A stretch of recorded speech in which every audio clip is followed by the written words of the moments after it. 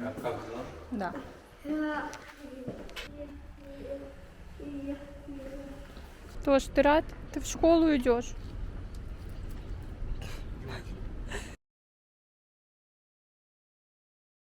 Всем большой привет и добро пожаловать на мой канал.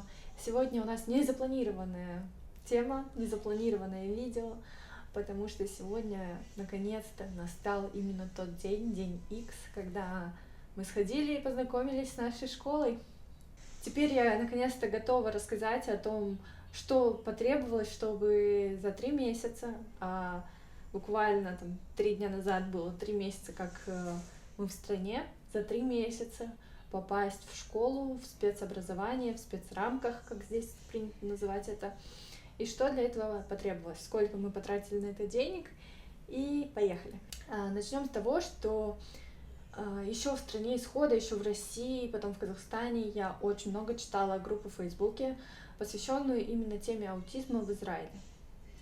Я ее нашла просто, когда уже мы готовились к репатриации, и я искала любую информацию, которая касалась аутизма и того, как с этим здесь работают. И вот я нашла эту группу, я ее очень много читала, и поэтому, в принципе, я понимала, что для того, чтобы попасть в школу, нам нужно будет пройти 2 медицинские диагностики. Это должны быть 2 диагностики официальные, то есть не от любого специалиста, а именно от того, который утвержден Министерством образования, здравоохранения, который имеет право диагностировать аутизм. Конечно, это все можно пройти абсолютно бесплатно от больничной кассы, но я уже изучив эту тему по отзывам других людей, я понимала, что бесплатно это ожидание может затянуться на год, на 1,5 запросто. Поэтому мы сразу настраивались на то, что да, вначале придется немножко потратить, нужно будет заплатить и пройти это все частным образом. Поэтому еще находясь в Казахстане, я нашла контакты специалистов. Я не сказала, каких специалистов нужно пройти. Нужно обязательно заключение психолога и заключение либо невролога, либо психиатра. Я, находясь еще в Казахстане, примерно за пару недель до вылета в Израиль, я нашла несколько контактов специалистов, которые принимают в центре страны, в Гуждане, и записалась к ним. Поэтому, когда мы прилетели 21 октября, у нас уже были записи и к психологу, и к неврологу. К психологу у нас была запись на 23 октября, то есть это был первый рабочий день после шаббата. В пятницу мы прилетели, а в воскресенье у нас уже была первая запись. Еще один врач — это невролог. Туда мы тоже записались на 26 октября, то есть у нас там первую неделю мы уже, в принципе, все прошли. Оказалось, что пройти эту диагностику не так уж просто, то есть мало того, что это огромный объем каких-то анкет, которые, если у психолога они были на русском языке, то у невролога это было на иврите, и сам прием он был на английском языке, то есть это нужно было учесть. Конечно, можно было найти и русскоязычного невролога тоже, но их как-то было сложно отыскать, я нашла, но в итоге была запись там в лучшем случае на декабрь. Анкеты я заполняла сама на иврите, и, конечно, я фотографировала, переводила через Google переводчик. Я уже к тому моменту умела писать письменно на иврите, то есть, в принципе, я заполнила все сама. От невролога мы получили заключение очень быстро, то есть мы переехали сюда, в эту квартиру 28 октября, и на следующий день у нас уже был с ней Zoom созвон, где она уже давала какие-то свои рекомендации относительно школы, дальнейших обследований и вообще насчет антошного диагноза. А вот с психологом получилось не так все просто, потому что первый раз из-за того, что мы еще жили в отеле, Миша смотрел квартиры, и мы с Антоном поехали вдвоем.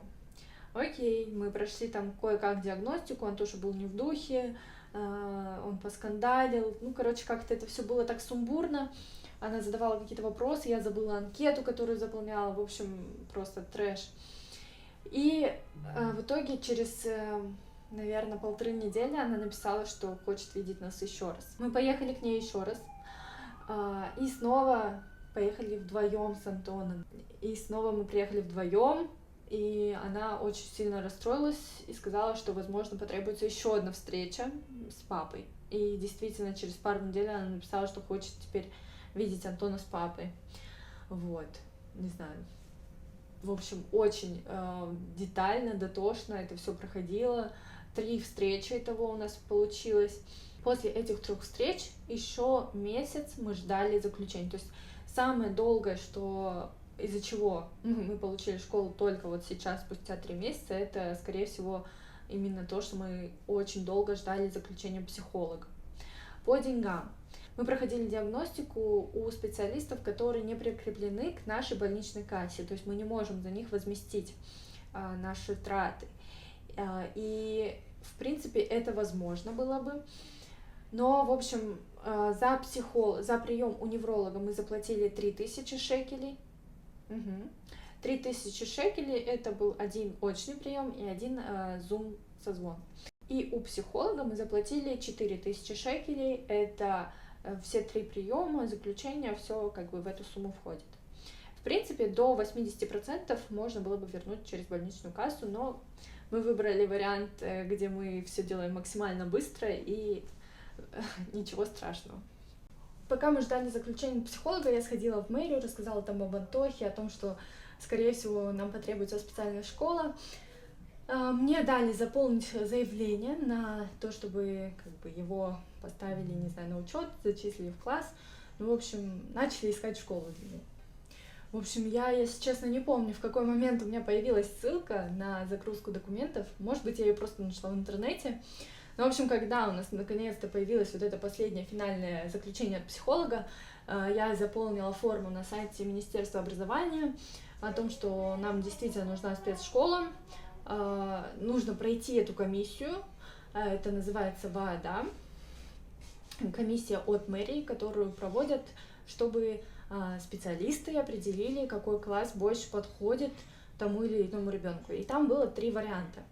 Это мог быть обычный класс, возможно, сопровождающий, саят. Также это мог быть спецкласс в обычной школе, либо же специальная школа. Мы сразу, в принципе, рассчитывали, что у нас будет именно специальная школа, потому что, во-первых, как нам кажется, да, Антохе максимально нужно сейчас нагрузиться именно профильными специалистами. А во-вторых, после такого длительного перерыва, я думаю, что в обычной школе это было бы максимально тяжело. И да, поэтому мы сразу настраивались на специальную школу. Ну и, собственно, эта комиссия, которая была назначена на 8 января, на мой день рождения, она именно подтвердила, что специалисты тоже считают, что Антохе нужна спецшкола. Они буквально на несколько минут отключились во время комиссии, то есть на комиссии мы точно так же опять по новой все рассказывали, что Антон умеет, как он себя ведет, что он любит, во что обычно играет. Подключились обратно и сказали, что они нашли для Антона место в специальной школе, и из этой школы с нами свяжутся буквально там через неделю-полторы. Ну, так и случилось. С нами связались 2 дня назад и пригласили на экскурсию, на знакомство уже со школой, заполнение всех бумажек, чтобы поставили мы везде подписи, что мы там согласны на какие-то его прогулки и так далее. Теперь немножко про саму школу. Вообще, честно говоря, у меня эмоции зашкаливают, впечатление море, потому что школа оказалась очень классная. В общем, школа небольшая, сейчас в ней всего 2 как бы уровня, только 1 и 2 классы, и там их по несколько штук. В классах не больше 8 детей, и стараются делать так, чтобы каждый час в классе было минимум 3 учителя. То есть это обычно учитель постоянный у класса, саят, то есть как помощница, сопровождающая, тьютер, не знаю, как это перевести на русский, и еще какой-то специалист, например, там учитель музыки, учитель рисования, физкультуры и так далее. Нам показалось, что вообще дни в школе будут очень насыщенные, потому что раз в 2 недели они ходят в какой-то контактный зоопарк, как мы поняли, также ходят в музей, какие-то театральные постановки ходят смотреть. Также нам показалось интересным, что есть утренний ритуал, то есть когда все детки собираются, они там обсуждают расписание дня, распорядок, готовятся к новому дню с песенками, там, с какими-то вот утренними ритуалами. Из еще интересного, наша школа будет находиться не очень близко к нам, это в 5 километрах отсюда, то есть пешком тяжеловато, особенно с Антоном, но для специальных школ здесь есть подвозки, то есть его будет с утра забирать, и потом после обеда около 4 его будет привозить специальное такси с сопровождающим. Еще из интересного, что здесь вообще вот эти все проблемы с коммуникацией у детей, это настолько норма.